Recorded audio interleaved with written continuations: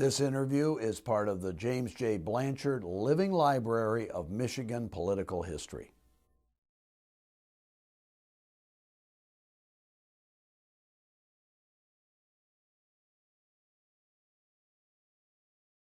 I'm seated here with Dan Musser, chairman of the Grand Hotel Company on Michigan's iconic Mackinac Island.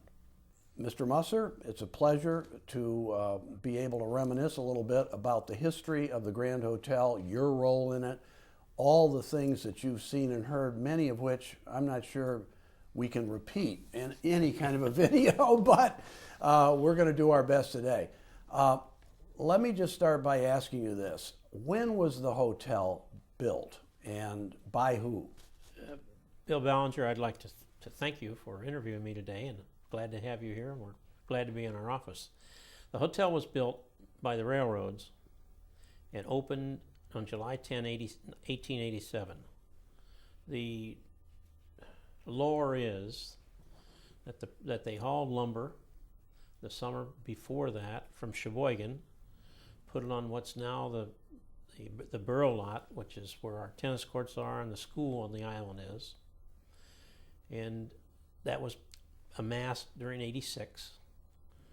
And in the spring, probably in early March, they brought in a tent city, bunch of guys, and built that thing and opened it in July, which is kind of astounding. You know, you didn't call up the window company, you didn't call up the door company, and you built those things. That's amazing. And I believe it's true. The building was not as big as it is now, but still it was big.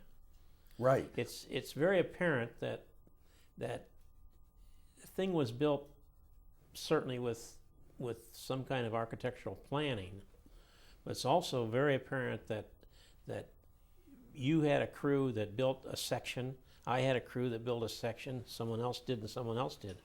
Floor joists don't always run the same way, that thing. It's cuckoo.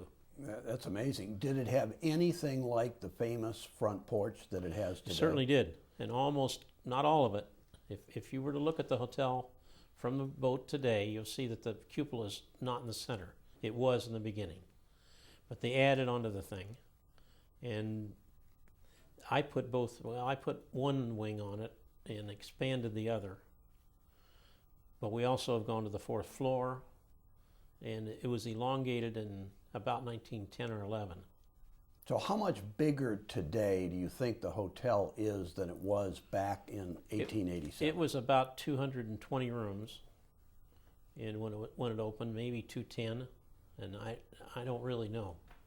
We are 385 today, so we're not double, but we're almost approaching double. that. Right.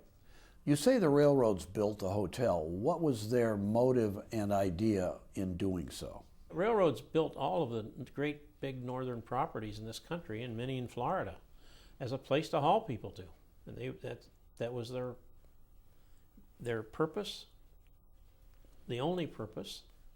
And you know, it was a wonderful trip up there. I used to take as a kid from southern Ohio, and I used to get on in Dayton, Ohio, and you get on a wonderful train and get off the next morning and on the dock, which is now about where Shepler is, and roll off to the other side and get on the boat and go to Mackinac Island. You'd be there for lunch. So it was almost like destination travel. Absolutely was. It's like build it and they will take our That's train right. to get there. But you know, all of the Canadian Pacific properties were built that way by the railroads, and this was owned by the railroad.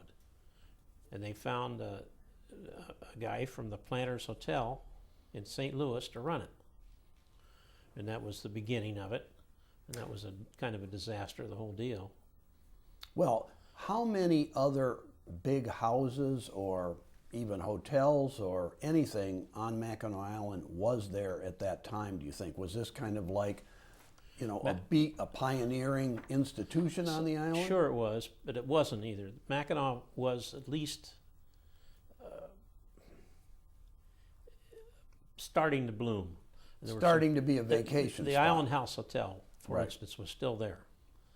It was there ahead of us. Right. And much of the mission end of the island was there ahead of us.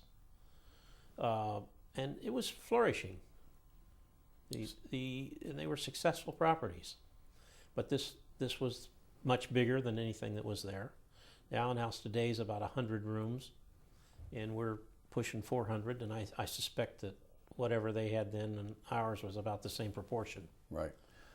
So what was the evolution of the ownership of the hotel after that? Did the railroads relinquish it at some point? Yes, they did. The guy that leased it from the Planters Hotel ran it a couple years and told them, you got to give me this thing or I'm walking away from the lease. And so that, I guess, took a little while to resolve that difficulty. This was And around they did, World War One? No, this was way before that. It was in 90 or 91. Don't nail me on my dates too closely in that early part. But that happened. He took it over, and he really was not very successful with it, and it kind of slivered and slammered around until the Ballards arrived. Now, who were the Ballards? The Ballards were the gamblers from French Lick Springs in Indiana. And there were a couple hotels down there with great gambling, and they came in before World War One. Now, this was at a time when gambling of that sort was legal. Well, I'm not sure it was ever legal in Michigan. It was legal in some places. The great gambling was the club in downtown French Lick, and that was a great thing, and that was a railroad destination, and the coaches pulled up in front of that thing and dumped them out, and the French Lick Springs was there, and the West Baden Springs Hotel was down there about 5 or 6 miles away, and that was all. It was golf, and it was Pluto water, and all those things, but it was gambling. Well, when the Ballards arrived, and he was a circus guy, that family, and they had traveling circuses and tents and elephants and the whole business. Needed lots of trains. That's right. Yeah. But they came to Mackinac, and as far as I know, they installed the gambling. And then they ran the gambling for a lot of years. Was this basically like craps, blackjack, well, we had an open casino in what's now the Brighton Pavilion. We had slot machines in what's now our art museum area where the Manugians have their collection. And I remember that, all of that. But the Grand Club was upstairs, and it was a full-fledged casino. It had roulette and craps. I was in there as a little kid once, twice maybe. Okay, so this would have been probably maybe in the late 30s, 40s? 40s. In the 40s. So at that time... at late 30s and very early 40s, Governor Williams stopped it. He did. You mean when he became governor? He became governor. Stopped it. That's when the slots went. That's when, and the casino had gone before that, and I suppose in probably 41 or 2 when the war came. Do you think it was that the state didn't have any laws against gambling, or that they just were not enforced? You know, every country club and Elks Hall and all had slots. All over Michigan. All over Michigan, all over the Midwest. All over the Midwest. Okay, so it was a big thing. Mm-hmm. The Ballards came to Mackinac Island to expand their gambling empire. And how long did they stay connected with the hotel? They stayed connected with the hotel. It's, I guess I should get into my uncle, Stuart Woodfill. Right.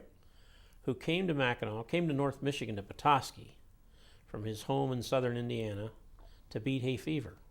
And he was afflicted, and his parents started sending him to Petoskey when he was 15 or 16 and alone. And they had places up there that you could get a kid. Mm-hmm. He got a job working somewhere, doing something in a hotel, and finally he made his way over to Mackinac. And that's how he got there. Well, then he got the bug and got interested and stayed. And the war came. World War I came. And he kind of got through that. He was in the Naval Reserve and served a little bit of time, but not much, somewhere in Buffalo. But when the war ended, he decided to go back up there. And the Ballards were in charge. And he worked his way to his first decent job was the head of the storeroom in the kitchen. And he made his way from that to manager for the Ballards. And boom, Mr. Ballard died, probably 21 or 2, 2003. So here's a young guy who was probably pushing 30. And he and the auditor and the widow took the company over on a 3-way deal. Wow.